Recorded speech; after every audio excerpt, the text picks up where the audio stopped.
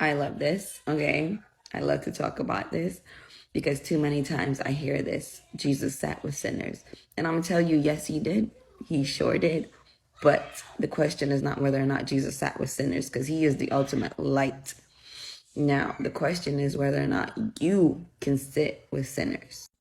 Let me explain. So, the question here is whether or not you are able to or should sit with sinners. If you're going to be going out with a bunch of friends who will be doing things that you did in your former life before you got saved, I want you to put your heart on the chopping block. I want you to question yourself and say, okay, have I been doing all the things that feeds my spirit? Have I been doing godly things that is going to give me the strength to stand and say, well, you guys go ahead and do what y'all do, but I'm going to sit back and, just enjoy the night with y'all? Are you going to be that person? Are you going to sit and be that illuminating light? Or are you going to be the person who is persuaded?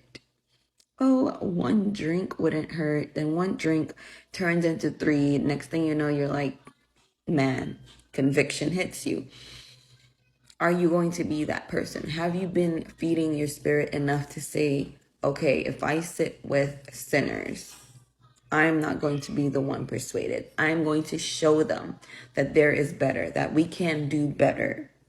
That is the question you should be asking yourself, not whether or not Jesus sat with sinners, because he could do that. He knew he wasn't going to sin. Do you know that you're not going to sin? Is the question. And sometimes, prevention is just better than cure.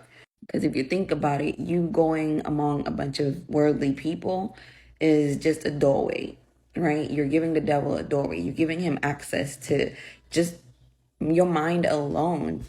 You're giving him that access to entice you and be like, you remember what it felt like when you did this. You remember how happy you were when you did this. In reality, we weren't happy when we were doing those things, but that's how he works. So prevention is better than cure. You might just want to stay your behind home and pray for your friends. That's just my thoughts though. So